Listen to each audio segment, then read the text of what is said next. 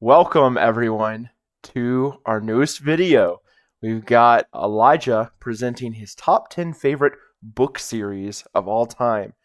I will admit, I don't know what books are going to be on here at all. When we did the movies, I think he had a few ideas about some of my top ones. I've got no guesses here. So I'm going in completely blind along with you, and we're going to see what books he loves. He's going to present to us the top 10. We'll discuss through them, see which ones sound interesting, see what books he loves and why he loves them, and it's going to be a good video. Before we begin, I do want to know, did you have a top 10 list assembled before we came up with the idea for this video? Or is this something new for you? It's like me, I've been ranking movies for a while. Like, did you kind of already have something in mind for this? Or was it something you had to really decide recently? Yeah, I've had a top 10 for a while. Or at least I've had a top 8. Okay, 9 and 10 are pretty new to the list. sounds good. Well, hey, Let's I'm see. ready. You want to kick us off? You want to get us going? All right. So here we go for the top 10 of my reading. So, number 1, I'm cheating because I am calling this my top 10 book series, but in the place of number 10 is a individual book. My number 10 spot is The Princess Bride by Hmm. William Goldman. Okay, okay. So I know you know the movie. We grew up watching the movie. Mm-hmm. But let me tell you a little bit about why the book is so special. So, it is a political satire, and it is a blend of fairy tale and comedy and romance, true love, and together all that makes a really unique reading experience. Because supposedly, what the author is doing is this is an abridgment of a historical piece written about Florin, which is the country where all of this takes place, uh, by this guy called S. Morgenstern. And so Goldman acts as like he's a parent reading it to the reader. So kind of like the narrative in the movie is like the grandfather reading it to the grandson. Mm-hmm. In the book, he has like all these footnotes and he has all these intros to the chapter and stuff like this, where he acts like he's just trimming down the boring stuff. Like there's several segments where he's like, and here I'm cutting down 60 pages where Morgenstern goes on and on about the Florin politics and all this stuff. And so he calls it the good parts version of the story. What have you done? That was not me. It's That was not good. me. Whatever. But anyway, he has all of these things added to the on top of the narrative that aside from being a really good story, just like from a meta standpoint, the book itself is hilarious and really interesting to read. The entire book is his creation, but he's presenting it like it's this history book that he's just trimming away all the boring stuff. So, minor plot for anyone who might not be familiar with The Princess Bride. How dare they? But the book follows the story of Buttercup, who is this really dim-witted, really beautiful woman who falls in love with the stable hand at her farm. And she doesn't really realize that she's in love with him until he points out to her. He literally has to spell it out through the story that when he's telling her as you wish, what he means is I love you. And then she's like, oh, and she's all about Wesley. And he goes off to pursue fortune and all of these other things and then is presumed dead. And then as she is quickly recognized as the most beautiful woman in the world, the prince Humperdinck comes around and collects her, and they're to be wed. The opening of the narrative is all focused around politics and focused around why he's marrying her and why he's wanting to start this war, because the whole plot is he's actually has hired these 3 bandits who come and abduct her because he's trying to start this war with another country. There's a lot of layers to the story. Like I said, you have Goldman's meta narrative where he's pretending like the reader is his child, that he's doing this. But then the story itself also has a lot of really cool things going on. It is also probably the funniest book I've ever read.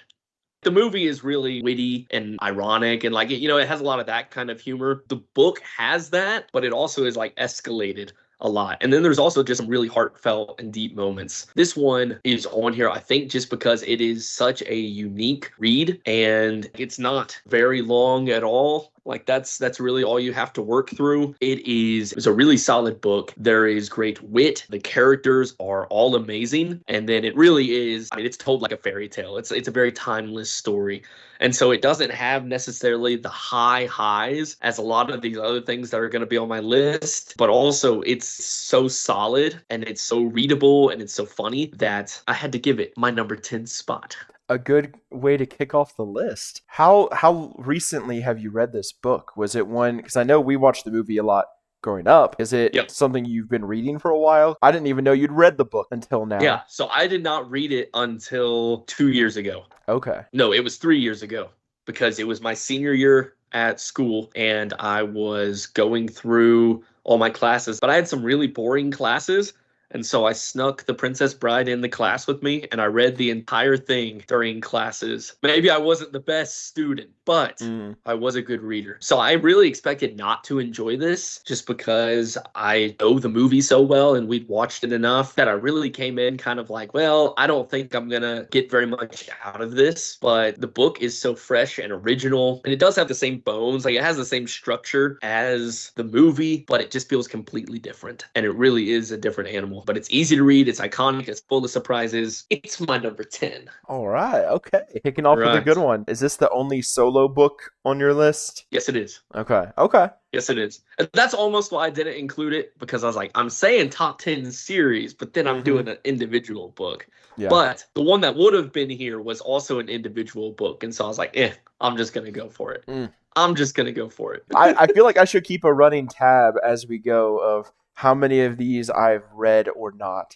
It'll be easier for this than a top 50 where there's so many. Oh, my goodness. Yeah. But okay, we'll come back to that at the end. We'll see how many of these I've read or not. We'll see how many you've read. Okay. Yes. Carry on though. At Carry number on. 9 is Dungeon Crawler Carl.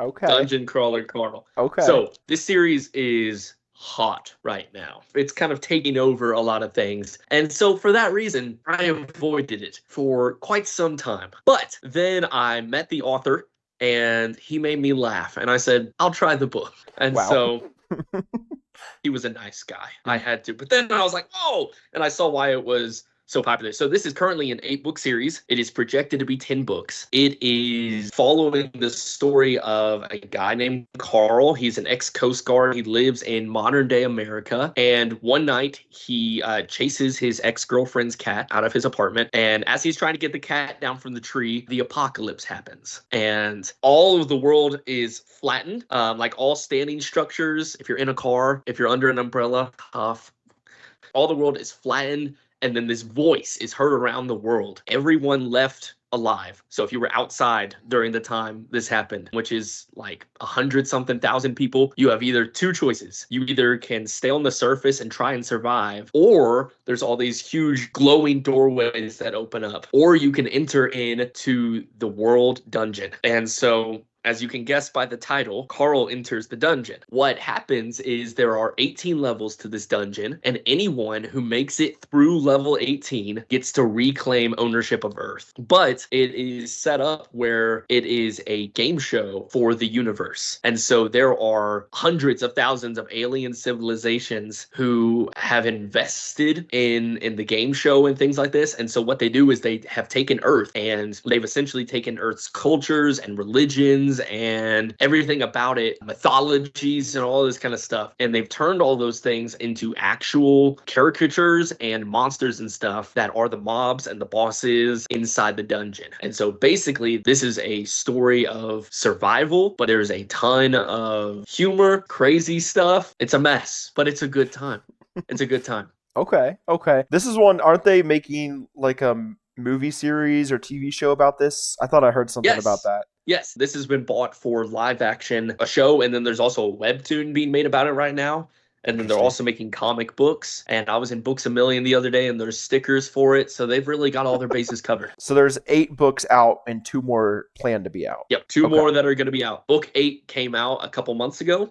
And then 9 is probably going to be next year, and 10 soon after. So.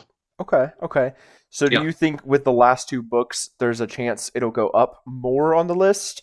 Or it's pretty locked in with where it is? It might go down? Like what What are you thinking? I hope it doesn't go down. That's the hope. So with this series being so long, one, two, three, four, five, I binge read within a few weeks.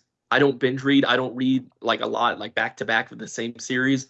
This was the first one that kind of broke me of that streak. I read all five back to back. It is addicting. Six, seven, and eight haven't been as good as one Mm, through five, in my opinion. They're still good. They're still hmm good books, but they're not like as high as one through five. And so it makes me a little bit to where I'm like, well, I'm hoping nine and 10 can re-elevate it again, but we shall see. We mm. shall see. Okay, okay. So this But one, I mean, Princess Bride, I kind of knew the story, some of the characters and stuff. Is this one, would you say it leans more like plot is what's really good, or characters, or is it just kind of everything it combines really well? characters. So this is at its core, this is like absurdist, dark sci-fi. It really is very dark, and it takes this comedy angle, but it's kind of like whenever we talked about Jojo Rabbit, how like it uses comedy to explore darker things. That's kind of what Dungeon Crawler Carl is. And for the first book or two, you don't really get that impression. It is a lot more like a comedy, but then it starts delving into these layers of what these aliens are doing to the humans and how they're killing hundreds of thousands of them. And you kind of start seeing how messed up it is. But then also the characters are the highlight. So the best character in the book is his ex-girlfriend's cat, Princess Donut. Okay. Best character in the series. Cool. When they enter the dungeon, this is not a spoiler, like this is within the first few pages. When they enter the dungeon, there's certain items that give pets different powers. And so Carl gives Princess Donut one of these pet biscuits and it gives her sentience. And so for the rest of the story, she is like a cat personified. And so she's hilarious, but also there's a lot to it. So yeah, the characters, there's dozens and dozens of characters who you meet, and all of them are really well done and really well executed. And the story is good, but it also, each level has its own different gimmick that you kind of go through. And so the story is really good, but yeah, the characters really, step this up. Okay. But because yeah, Okay. there is a shockingly deep story for how like absurd it is. Gives you a lot to think about. Okay. Okay. I'm interested. Another one I have not read yet. That makes two. Yes, yes, that's 8 from this series you haven't read yet. So, Princess Donut. Remember that when you read it. Okay. Remember that. I'll add it to my notes. It's also nice that this is a confirmed 10 book series and he writes relatively quick. What was that? Is that a stealth Nothing. drink? Nothing. He writes relatively quickly and stop. Um, so I'm done talking about this. I wasn't trying to Done. make you stop. I just trying to be funny. You were. Oh, let me tag this on because I will say this for all the rest of the series. Since Princess Bride is an individual book, I don't have to say this. It's my favorite book of the series. But for every series going forward, I will let you know my favorite book. Oh, okay. Not that it matters to you Uh, for the ones you haven't I'm read. interested. But Okay, what is it for this yeah, series? but for Dungeon Crawler Carl, my favorite book is book 4. It's called The Okay. Gate of the Feral Gods. I can't tell you anything about it, but it's incredible. Okay. Okay. Peak. Good to know. Like I said, this is one that is absurd and has a lot of humor, but with that, there is some language, and some of the humor can be a lot sometimes. It can get a little crass. So that is something to look out for if you are looking to read this series. Let's move on. Series number 8. Series number 8. This is The Bloodsworn by Mm, John Gwynne. mm, Look at that cover. beautiful. Beautiful. Beautiful. I'm just guilt tripping you because I bought you this book a while ago and you still haven't read it. Let me tell you a little bit about this. This is a Norse-inspired fantasy. This is set in a world where there was this huge god war, like 100 years ago. They all duked it out, and now their skeletons litter the whole world. And so there's, these mountain ranges where it's on the backs of these dead gods, and people build cities around their skeletons and stuff like that. This is a world that's now ruled by humans, but there is a subset of them that are kind of like demigods called the Tainted. And so these have the blood of the old gods in them. And so they have different powers. The plot begins that there is this mystery cult who is abducting children from around the country and taking them all away and No one can figure out why. And so we follow three characters, the first of whom is Orca, who is the mother of one of these children who's abducted. And she is the best part of this series. She is kind of your Taken slash John Wick character in this story. Okay. But Okay. she is on a vengeance road to getting her child back. Mm-hmm. So that's awesome. You also have Elvar. She is the daughter of one of the rulers of the country, and she joins this massive war band and is just kind of chasing after fame and glory and stuff like this and kind of trying to make a name for herself. And she has a lot of the main plot stuff going on in her arc as well. And then you have Varg, who is this escaped slave who has also kind of a vengeance arc. His sister has died, but he has no idea how she died. He knows she was killed, but he doesn't know who killed her, and he doesn't know where to start. And so he ends up joining up with this group of bandits called the Bloodsworn. So you have three very distinct arcs, but all of them are so good. And the book kind of weaves all of their stories together and then ends with a huge bang. This is a trilogy. It is finished. It is awesome. Yeah. Okay. So Yeah. which book is the best in the trilogy for you? Book two. Book two? Book two. Okay. Yes. Okay. Book two. Book two escalates everything from book one, but also book one is like it's solid. It's a 4-star read. It's a really good book, Mm-hmm. but it also is really good setup because it's setting the stage for all of these things. Book two has zero setup. It is from the moment it starts, it is go, go, go the entire time. And book three is the same way, but there was two characters in book two that I really, really liked, and they had really good arcs in book two. And so that's what elevated book two. But book three, the series does end phenomenally. So it is a really good trilogy. Okay. Okay. Hey, I do Yeah. have right here book one, right there. There it is. I'll get to it at some point. I know. There it is. I do Yeah. read, by the way, for anyone who's doubting me. I do read. You It's read. just we're on different levels here. So Mm. yes. Okay. I'm intrigued. I like your pitch. I will get to Okay. this series. Okay. Okay. I'm So- down. I'm down. What you really got to know is that there's this certain branch of the tainted called the Dragonborn, who are searching for the prison of their ancestor god.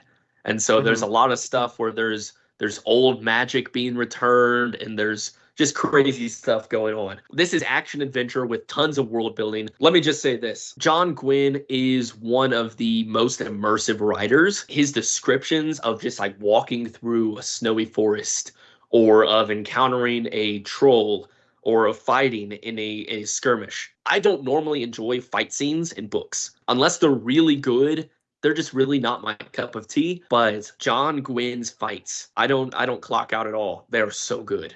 They're so immersive. He is good at what he does. So like even whenever there's just like one-on-one stuff, or whenever there's huge battles with all the armies, it never gets so zoomed out like some other books that I've read that you kind of just lose touch with the characters. He's always right there, and it's super descriptive, and it's gross most of the time because you're right there in the action. But yeah, John Gwynne is a fantastic author. I'm reading his other series right now, The Faithful and the Fallen, which I heard is just as good, if not better, than Bloodsworn. So I'm really excited. Is it a fantasy series? Yes. Okay. Yes. Okay. That's what I figured This from is a the fantasy description. series. Let me double check. Yes, the rest of the books on this series are fantasy. Like, yeah. Okay. Cool. Yeah. Number 1 was number 10 was a fairy tale. Dungeon Crawler Carl is like a weird blend. I'd stick with sci-fi though. Everything else is very solid fantasy. So Okay. Okay. look at that cover. Yeah, it looks really good over there on my shelf, right there. Shut up. Okay, you're gonna recognize this next one. Number 7 of my top series is Lightbringer by Brett Weeks. Lightbringer is awesome. Just for those who don't care, my favorite book is book 2, The Blinding Knife. Okay. Okay. But you've read this. I have. You've read this. I have. You go first. I'll share some thoughts in a minute. I will go first. Originally, this series was intended to be a trilogy, and then after he wrote the first draft of book 1, he sent a message to his editor, and he's like, "This is going to be 4 books." And then after he released book 3, he sent another message, and he said, "This needs to be 5." And so it is a 5-book series.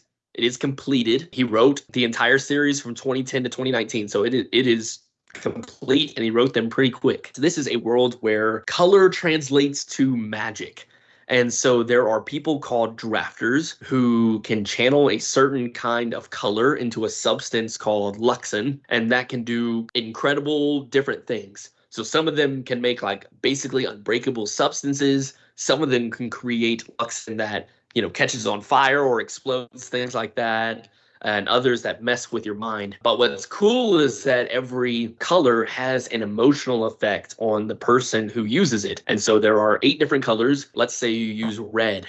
Red is kind of associated with like hot-headed people or like anger and stuff like that. And so the more that you use the magic, the more it kind of affects that emotion within you.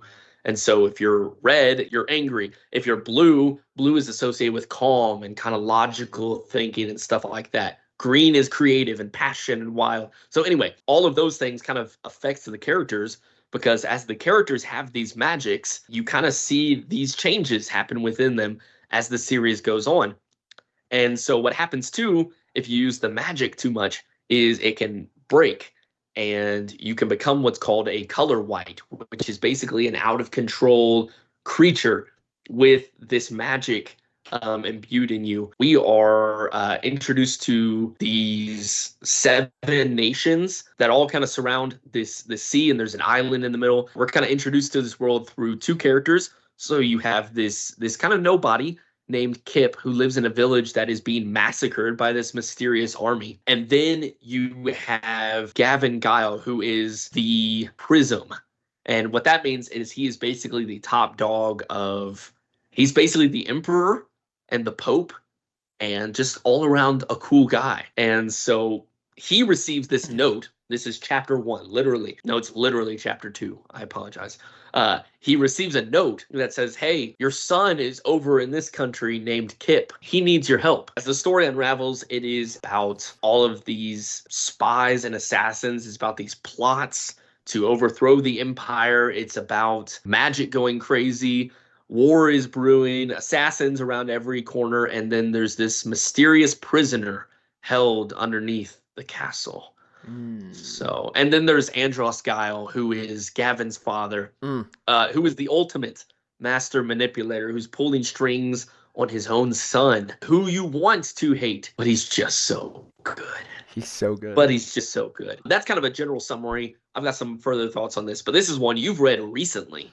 Like, yes, you just I've got this. So, like, all 5 books right here. This is, I think, actually the latest book series I've read in its entirety. So there you go. This is one I really enjoyed. I might say book 3 is my favorite. Okay. Also, that's my second favorite. It's between that and book 2 for me. It's tricky because one thing with this series that I found out as I was reading it was that most people think the worst book is the last book. I do agree. I do think it's the worst book, but I don't think it is a bad book. But the book series is so good that you don't care if the last one is the worst, so to speak, because like I said, it's not bad. But this series also, I love the characters. Andros Guile, who you mentioned, top 3 book antagonist of all time. He's not the main villain. The main villain is one of the most nothing main villains ever. He is the most boring, nothing character of all time. But you don't care. It doesn't really affect the story, just the way it's structured. Like, you don't really care. Gavin, amazing. He's my favorite character in book 1. And then from book 2 on, Kip is my favorite character. The fact that they're kind of the main 2 guys works out. I have nitpicks on this series that I won't share without spoiling things, but I do think one thing this series does really well, and sometimes a little bit too much, but it does it really well, is it has amazing twists. Especially book 1. I forget, it was like a third of the way into the book or something. Probably the best twist I've ever read in a book. I think straight up. Because it completely catches you off guard, it makes sense, and it changes everything, which is everything a twist should be. He keeps that up, though. Every book has different twists and stuff constantly. He's kind of obsessed with it. Sometimes they work, sometimes they don't. But I love this series. It's interesting. The magic is great. The characters are great. Like I said, I do think the last book was weaker, but I like the ideas of the series. I like the ideas of the last book. Book 4 in particular was another one people said they didn't love as much. I loved book 4, so this is one I think you should just read and ignore what people say because it's really good. And so I agree. If I was doing a top 10 book series, this would probably be on my list as well. I don't know where it'd be, but I think this is a great series. And one thing, because that was something I was kind of nervous about, because I pitched it to you to read. And that was one thing I was kind of nervous about. We don't have many series that, like, the ending just hits perfectly, and we're like, oh, that was great. So I was like, well, I said the ride is worth it, even if the end is kind of middling. And you liked the end more than I thought you would, because I really enjoy the ending. I think just thematically, it's very rich. It's good. So I'm glad you enjoyed this. But for me, no matter how far I get away, because the plot, I first read this back in 2017. It's been a while since I read it, and the characters still stick with me. Like, the characters are so good with, Kip and Gavin and Andros and Iron Fist, and there's about a dozen really good side characters in this story. And so Lightbringers go. What would you say your favorite book of this? If I was tier ranking the video, it'd be book 2 and 3 are the best. Book 1 and 4 I have kind of on an equal level, and then book 5 I would put the last. I wonder if he had stuck with his 4, if maybe that would have ended up better. Yeah. Maybe. But I like what he did in book 5, even, like I said. I think it could have used the 6th book. Personally, I say there's a lot of stuff, but that's okay. That's okay. Yeah. I'm happy with it as is. That's the thing with probably these last feuds. Like, there's things in them that are not flawless, but they're still really good. Still really good. That brings us nicely to number 6. My number 6 series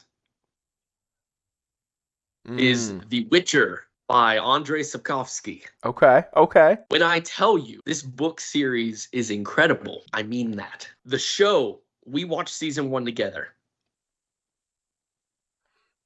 So bad. Oh, what's happening? How are you doing this? My screen is interactive today.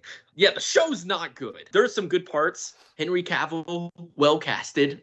Like, I think he's a good actor. I enjoyed the songs, but really, aside from that, there's no redeeming big factors. The books are the opposite. So for anyone who doesn't know, The Witcher is the story of Geralt of Rivia. He is a witcher, which is basically a outlawed human mutant. They hunt monsters across the world. And so they are created by genetic mutation, and then they are in charge of basically doing all the jobs that no one else wants to do. Geralt has been doing this for a while, and so he's kind of jaded, and he's kind of got this different outlook than a lot of other witchers do, because what Geralt has discovered is that the worst kind of monsters are mostly the people that he encounters. And that thought is kind of the theme of the whole series. How bad can humans get and Geralt not put them down? It is a really, really well done. This is a Polish series that has been translated into English. Outside of America, this is like one of the biggest fantasy series ever. Like, this is it. It is enormous. What a lot of people have said is that the American translation, the translation in English, is so bad because it is a little clunky. It doesn't always read the smoothest. They're like, yeah, it's so bad that it ruins the series. Obviously, I disagree. It's at my number 6. It is really an incredible story. It follows basically Geralt coming into responsibility, coming into what it means to be a father and like a husband figure. Also, there's just a lot of really great adventure. There's a lot of stories. The series is structured a little weirdly. It actually begins with 2 novels that are composed of short stories. And then from there, it enters the main story and has 5 books that are just novels. And then since then, he's written 2 prequels that are just novels. So there are 9 books total of The Witcher. They really are all fantastic. Like, anyone who's into like fairy tale, dark retellings, that's what the first 2, the short stories are. But they take Polish folk tales instead of, like Grimm's fairy tales and stuff like that. He reworks it into all of these really cool adventures for Geralt to go on. So it's not just like popcorn fiction, like it's not just action and stuff like that, but when the action hits, it's really good.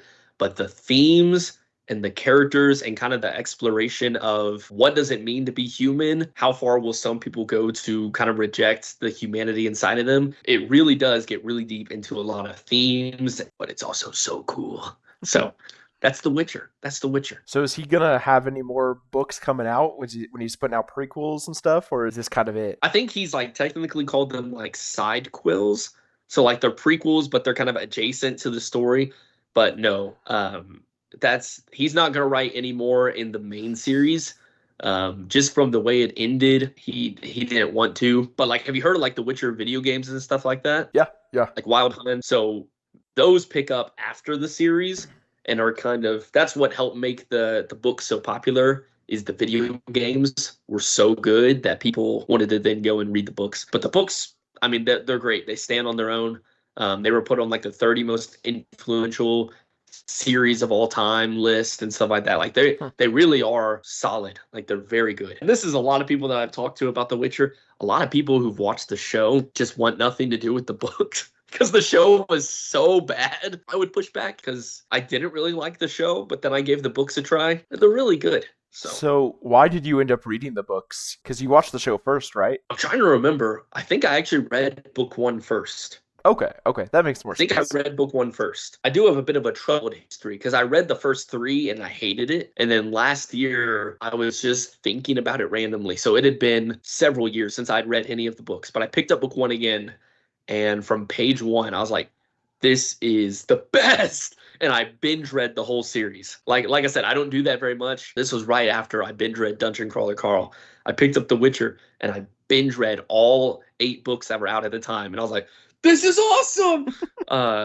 And it is. It's an awesome book. You need to get into binge reading more. That's what I do exclusively. That's all I do. I do that a little more now. That broke me out of my mold because I would always like, I wouldn't get bored with the series, but I would just like want some variety and stuff like that. But I'm kind of at the point right now where I'm just finishing everything I own, which is a lot. So Yeah. I'm working through that. The most extreme binge reading I've ever done was for book 3 of Stormlight, right back here. I mean, if anyone's read those books, you know how thick they are. I read that book in less than 48 hours. I didn't sleep for 2 days. I had a 3-day weekend and I just read the whole series or the whole book. It was insane. When I went to bed, I was dreaming that I was still reading the book. It was very weird. I don't recommend reading it that intensely, but that's how I normally read books. Is I just read it really fast and then I read the next book or something else. There you go. All right.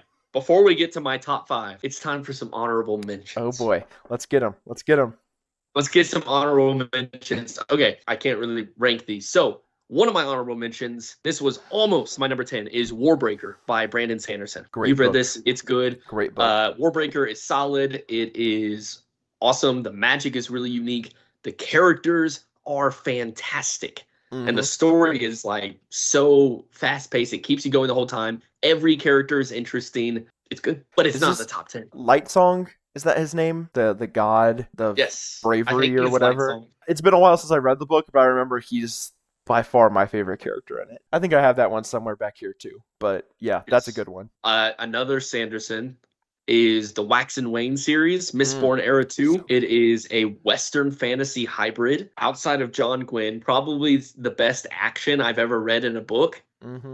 So good, so fun. They're short, which is really like a nice change of pace from other Sanderson books.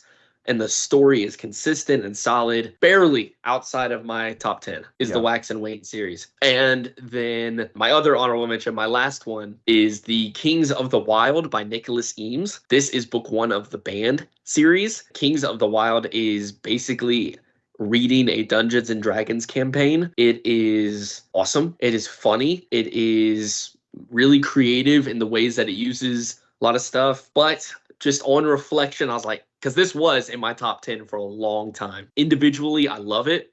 But then I was like, wait a second. I haven't read the second book in the series. I can't say it's one of my tops here. Okay. I do it to myself. But Kings of the Wild as an individual book, fantastic. It's really good. Really good. Is book 2 out yet? Yep. You just haven't read it? I just haven't read it. And maybe when I do, it'll slip back onto the list. But for now, it's chilling. All right. Are you ready for the top 5? I'm ready. Let's do it. Okay. Let me say this as we enter into this beautiful threshold. We're halfway through the list. 6 to 10, all very good books. Most of the books in the series I would give a 4-star. Like a couple of the bigger series have like a 3.5 in there just by length, and not all of them are as strong. So they're all good. I could probably shuffle those around from number 5 to number 1. These are top tier series. I would not be upset with any of them as my number 1, but I also have them where they are. I'm feeling pretty good where they're at right now as being somewhat definitive, at least for where I'm at right now. So are you ready? I'm ready. Let's do this. At number 5 is Mistborn by Brandon Sanderson. I've never seen that cover. That's cool. This is the leather bound. Mm-hmm. Yeah. Look at those. Look at those edges. Sexy. Bookmarks. Interior art. Almost grabbed my paperback copy, but then I decided to flex on you, brother. So here we are. Mistborn. Okay. So this was my first ever adult fantasy series. So good. So good. So Mistborn, I am so hyped because there's a lot of excitement around it right now with the upcoming movie adaptation. A lot of people I know have picked up this series and read it and enjoyed it. And so that gets me excited about Mistborn. This is the story set in a world where the villain won 1,000 years ago, and he now reigns as the immortal emperor over the land, and the land's messed up. It rains ash every day, and there's this horrible upper class they're just dominating the entire empire, and it's not going well. But there is a group who rebelled. And so the story follows our main character, Vin, and she has been brought into this crew of thieves. And so the story is a heist novel where they are kind of systematically tearing down these different parts of the empire and aiding these different rebel groups and kind of stirring up things and trying to get back at the emperor for things going wrong. So probably the most distinctive thing about this series is the magic system. This is a magic system based on eating different kinds of metals. You could be a misting for a different kind of metal. And what that means basically is if you eat, let's say you eat pewter, pewter makes you really strong and really like you have a lot of endurance and stuff like this. Or if you eat steel, you can then see basically these like connecting lines to other metal, and you can then push that away. And then there's another one that allows you to pull it towards you. I think it's iron. Basically, you have all these different powers. But then there are some people born who are Mistborn.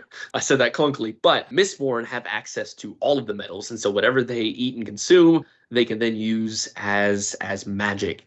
And our main character Vin is a Mistborn, and so she is brought into this crew because of that valuable skill set, and she is trained by the guy Kelsier, who is also a Mistborn, and together they are working to execute this incredible heist. So this is a completed trilogy. Mistborn is celebrating its 20-year anniversary this year. It's been around for a little bit, but it is definitely gaining traction right now. This series, every book progressively blew me away. Every book kind of has a different flavor to it and accomplishes something different.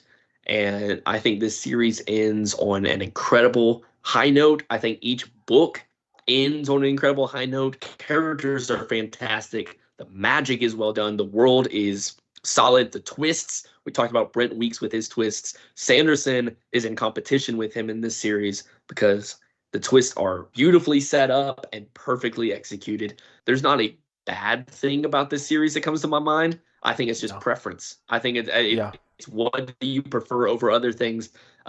Book 2 and 3, I would give 5-star. Book 1, I would give a 4.5. So this is a solid trilogy. This is one of those series that most people say if you're going to start reading Sanderson, like start with this.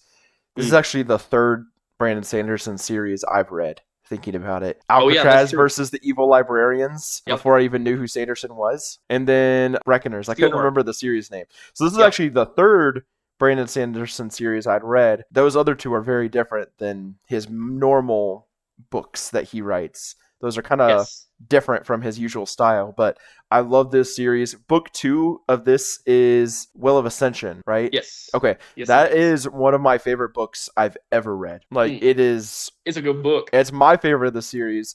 I love the kind of creepy elements of the book. The whole thing is kind of taking place during a siege of a city, Mm-hmm. and I love that aspect of you're kind of seeing both sides, though mainly the defenders and the things that happen with that. The characters are great. I really hated Elend in book one. He felt like a very YA love interest. And then book two and Yes. three, he's like one of the greatest The characters ever. goat.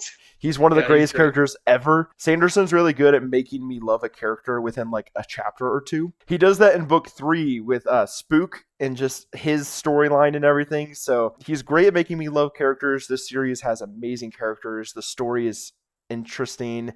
The twists, like you said, the people who say you should start with this series for Sanderson, I think they're not wrong. I think this is a great way to kind of get introduced to how he does things. And even if you never read another one of his series again, though you should read the follow-up series, the Wax and Wane. I think absolutely. I like the setting of those books more than this, though I think I agree. And I think I like the two main characters more than the two main characters in this series. But I think this series has a better story. So, whatever you like. But this is a great trilogy. Love these books. Yeah. What's your favorite book? My top book is book 3, Okay. Hero of Ages. Good choice. Good choice. It is the first book I remember ever truly blowing me away. The successive twists, basically once you're halfway through the novel until the end, every chapter has a twist, and it blew me away. It was so good. I would be excited to reread these one day, but as of right now, I've only read through the series once. That's Mistborn, though. That's Mistborn. So good. So good. At number 4 is The Empire of the Wolf by Richard Swan. Okay. This is a completed trilogy, and it has got some incredible stuff inside of it. So let me tell you a little bit about it. Empire of the Wolf follows the story of Justice Sir Conrad von Volt. He is basically the judge, jury, and executioner, and he is given power by the emperor where he can go around and basically he's basically a traveling lawyer who also has magic. And so the story is told from the perspective of his attendant. She is getting mixed up in all of this magic and all of this evil going on in the empire. As they're going around, they're finding out that there is all of these dark forces in the afterlife that are trying to crowd their way back into the empire. So this is fantasy and horror. There are a lot of really strong horror elements in this series, which is one of the reasons I love it so much. Richard Swan is the master of atmosphere, and he does incredible things with his descriptions and with kind of just the feelings that he's able to create.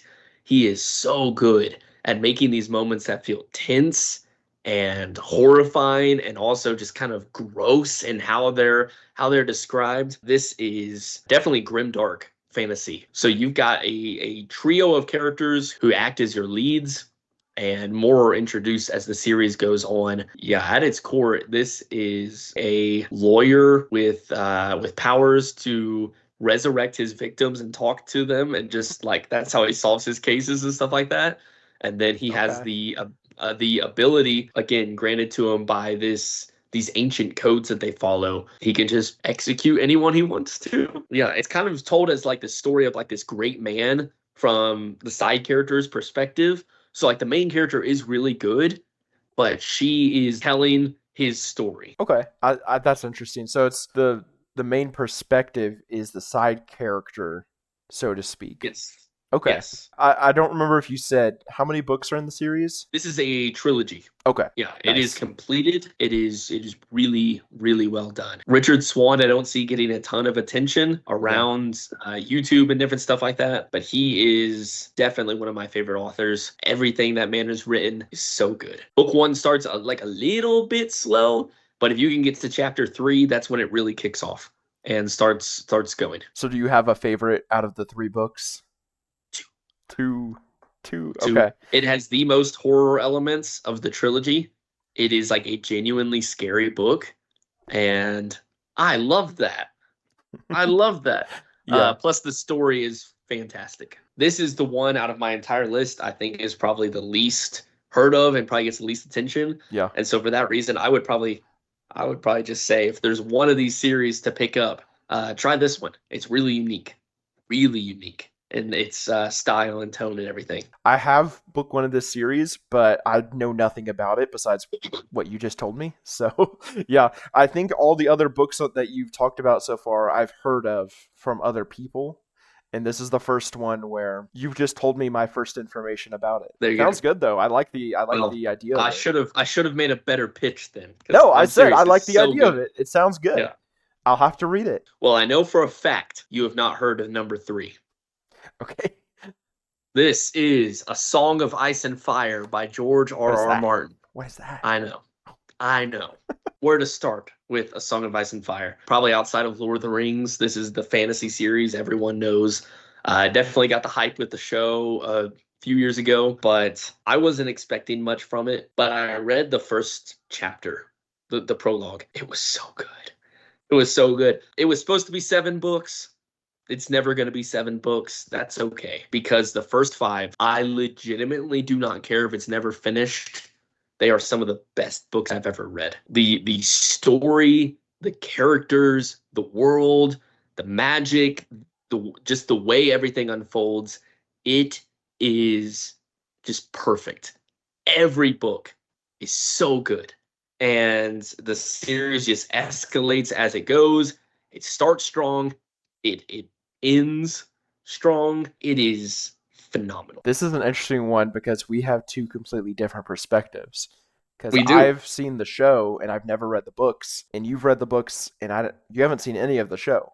Mhm. So I have a much different memory of what I think of this series because of the final season and how garbage that was. But I have heard from everyone who's read the books that they're really good. So Yeah. yeah. Yeah. Well, and the good news is most people start taking issue with like season 6, 7, and 8. Like they said, 6 kind of started going downhill. Mm-hmm. When 6, that's when the books end, and so the writers started making stuff up. And I've done like a lot of checking, like what are some like the big differences? And they said outside of book 1 and 2, which are pretty faithfully adapted, enormous changes from the book to the show. Mm-hmm. So I think even as someone who is just who has just seen the show, go back and read the books because it is so good. Yeah. And I know the show was good too, right? It was Yeah. popular for a reason. What's the highlight of the 5 for you? Book 1? That one? No. Book 5. Okay. This is a very unpopular opinion. Most people consider book 5 hot garbage, Interesting. but I think it's one of the best. Book 3 is the one that gets all the rave.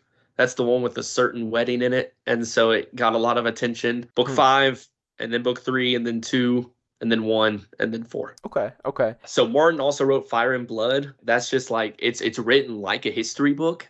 And so it literally just has like entries, and it's not like narrative. It's kind of just describing what happens. And then there's also A Knight of the Seven Kingdoms, which is a short story collection. Interesting. Yeah. Okay. Kicking off the top 3 with one of the most popular ones you could pick. Basic. Yeah. I know. Hey, I didn't even give a description for it. I'm not going. If you know it, you know it. You know. It is political perfection. The characters are amazing. I'll say no more. Are you ready for this? I'm so ready. The second best series of all time is The Name of the Wind, The King Killer Chronicle by Patrick Rothfuss. Okay. Brother, heed my words. Heed them. I'm heeding. As an individual book, this is the best book ever written. Okay. Heed my words. I'm heeding right now. Let me tell you more so you can heed more. The Name of the Wind, it's incredible. It gets so much hate. It's been around since 2005 was when it came out. Or 2008. I think it's 2005. It has been around for a little while, and so there's a lot of people who feel really strongly about it. A lot of people who hate it. I came long after all those conversations were quiet, and I read this book senior year of college, and it blew me away. I've never read another book like it before or after. It is the story of a broken hero retelling what happened in their life. And so this is the story of Kvothe, and he goes and tells about what happened from when he was a kid, and basically had this cult of almost these demons who track down his family, and goes and tells about all these things that happened and how he had to survive on the streets. It's not boring. And then how he basically went to this academy and learned all these arts of poison, and perfected his music, and learned all this arcana and all this kind of stuff. It is perfect. Perfect. I have reread this book 4 times since I originally read it. Wow. I don't reread books. Yeah. I read this one out loud to my wife. It's perfect. What did she think? She loved it. Yeah. So, Um, correct me if I'm wrong. Isn't this an incomplete series? yes. And I mean, isn't it one where I don't care. That's back to back. So it's supposed to be a trilogy. It's never going to be a trilogy. If it is, I will make like a celebration post or something. But it's never going to be finished. Like that, I'm fine with that. I actually right now I prefer that, because this series has so much like theory material surrounding it. It's almost more fun guessing what's going to happen than it is knowing. Mm-hmm. And that sounds a little weird, but if you read it, you'll kind of understand how many layers there are. This book is rich in like poetry and music and all this other stuff. And again, sounds boring, right? Like that's the parts most people kind of gloss over. It is so detailed because every poem has these hints and riddles that on your first read through you don't really pick up on, because it's just like, oh, this is just some generic song and a thing. No, it's like even like these kids' rhymes have this stuff that have to do with, is it referencing this? Is it talking about this? It's amazing. And so the whole thing is like this network, this maze of theories and ideas, but also the story itself is just really good. The characters are good. The world is really rich and detailed. And yeah, the story is just incredible. And also, I normally don't pay attention or ever mention prose as like a, as an aspect of books. That's just not something that, like, unless it jumps out at me, I just don't really mention. Name of the Wind did not jump at me. It leapt. It leapt, brother. It's the most beautiful thing I've ever read. It's so good. But like all that makes it sound like it's like the what's the Lord of the Ring like history book, like the Silmarillion. See, I'm a fake fantasy reader, like the Silmarillion, where it's like it's got all the poetry in there, and then it's written all this lofty stuff. This isn't like that, where it's like difficult to read. It's really readable, but also it's like the reason it takes him so long to write these books is because he's going back through and he's layering. And so every sentence, whenever you read back through, there's just clues and there's hints. And it's really cool. So for this one, you said it's incomplete trilogy. Has he just done book 1, or is there also a book 2? No, there's also a book 2. Okay. Is it on the same level where you say book 1's your favorite book ever?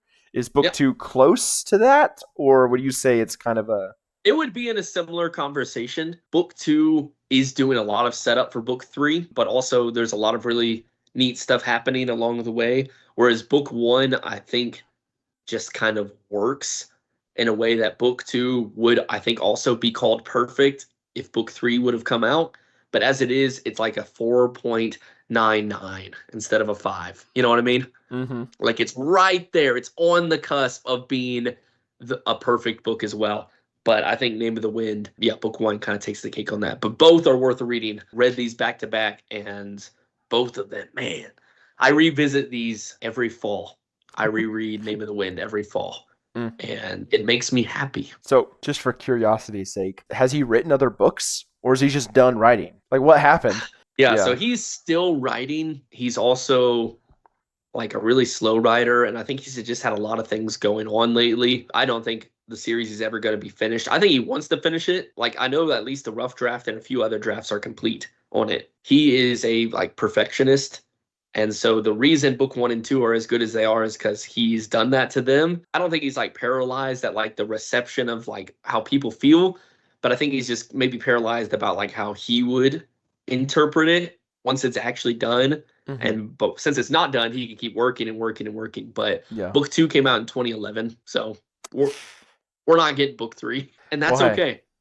if the That's two okay. first two are that good, you know. I want to make a or have a conversation sometime about like how to enjoy series that aren't complete, but I'll save that for another time.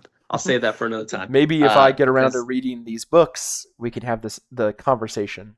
oh, oh, Oh. read them, read them. Hmm. Okay, we've dawdled. Are you ready for number 1? I'm ready. Wait, Do you know what it is?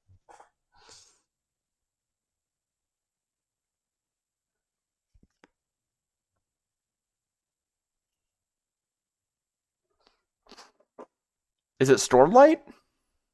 Shut up. You don't know anything. At number 1 of my favorite series of all time is the Stormlight Archive This by guy. Brandon Sanderson. I hate you.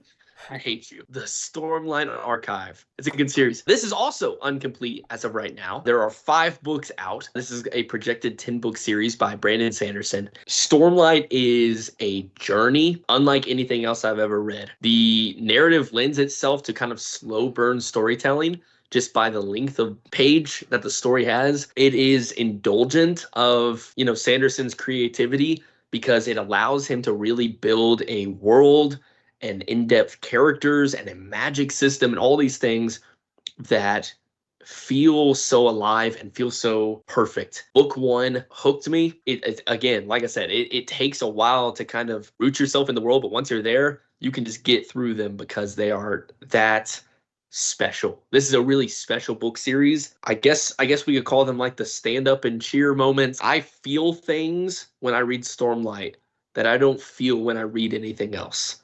Yeah. They are so evocative. They have such good character arcs and such good journeys for all of the characters that it really brings about something incredible. Every single book, I was like floored. Stormlight. I know you've read all 5. We Yep. talked about this a right minute here, ago. right here. Yeah. Book 1. It took me a while. I never put it down. I never stopped reading. But in terms of how fast I normally read a book, book 1 took a while. And then you get 80% through the book, and it just turns the dial. He's very well known for the ends of his series of how chaotic Sanderland. and crazy, yes, and just it's overwhelming, and you can't stop. I think the end of book 1 and all of that might be the best ending to the series of any of the books, maybe. But I was like tensed up the whole time. I was like, what is happening? Oh my goodness, this is crazy. And then from there, from that moment in book 1 through book 2 and 3, it does not let up. Book 4 and 5, in my opinion, I think the series gets going, peaks, and is just up here for like the end of book 1 and book 2 and 3. And I do think for me, book 4 and 5 starts to go like this. Okay. I do want to say I've only read each book once. I think on a reread, book 4 and 5 might be better than I remember. I hope. But book 2 of this series is my favorite book of all time. Book 2 was so good on every level. The characters, the story, the way everyone's interacting, the background and the flashbacks of this book. I am upset someone spoiled for me the background of Shallan and how the stuff with that. I was very annoyed about that. But book 2 and 3 especially are so good. Dalinar, maybe my favorite character I've ever read in a book. He's so good, and all 3 of like kind of the young trio that are sort of the main characters are all amazing. I have some nitpicks about book 5 of how all 3 of them are handled, mainly 2 of them. But nothing about book 5 diminishes my overall thoughts of the series because I do think it's amazing. I have zero doubts that it will continue to be amazing. Great pick. Brother, it's so good. I mean, this is a series that every single character is so layered and so in depth. And every time that a character arc ends, a new one begins, and it takes the characters in a direction that most books just aren't able to do because Stormlight does it so well. And that brings me, yes, Dalinar, I agree. Also, one of my top characters of all time. For me, that's why book 3 is the best. Oathbringer. Oathbringer was the first book that I read that I ever cried. I've never cried in a book before. But reading Oathbringer, the whole finale, everything with it, it's powerful. Book 4 did the same. Book 4 did the same. Because these books, they just pack such a punch because you really know these characters, you're really on this journey, you're really having these experiences. And I limited myself. I forced myself to read one of these a year.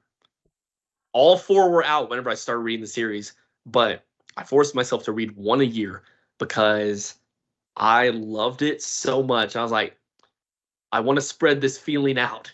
And so I did. I read each of them a year apart from each other. I'm really glad I did. I know you binge read it, so you got a whole different experience than I did. Just getting that touchstone every year of getting to read a Stormlight and getting to see, what was going on with all these characters, and then yeah, man, the emotions. I can't even talk non-spoiler. So it's clear we need to do a Stormlight overall review. Mm-hmm. But as much as I love every other book on this list, and there are books like on an individual scale that I might love more than some of the individual Stormlight books. But that doesn't stop this from, as a series, being the best thing that I've ever read. I'm looking back through the ones we've talked about. Out of the 10 series you've listed, I have read 3 of them. So I have a little bit of overlap, just a little bit of overlap here. There we go. So there we go. It was the 2 Brandon Sanderson series and Lightbringer. Lightbringer, yes. Yeah. So yeah, I agree. I think if I made a top 10, I think the 3 that I've read in common with you would be on my top 10 also. So sounds like I need to read the other 7 because we're in agreement here. We've got some gems for sure. All right, everybody. Well, that wraps up my top 10 book series. It was really fun to go through these. Kind of fun to talk and pitch and see what you think. But if there's any of these that you think you would want to give a try, let us know down below in the comments. And also, what are your top 10 book series, or at least some of your favorites? We would love to hear all about it. But for today, that is the Brothers May. Thank you for watching. Oh, before we go, one more thing.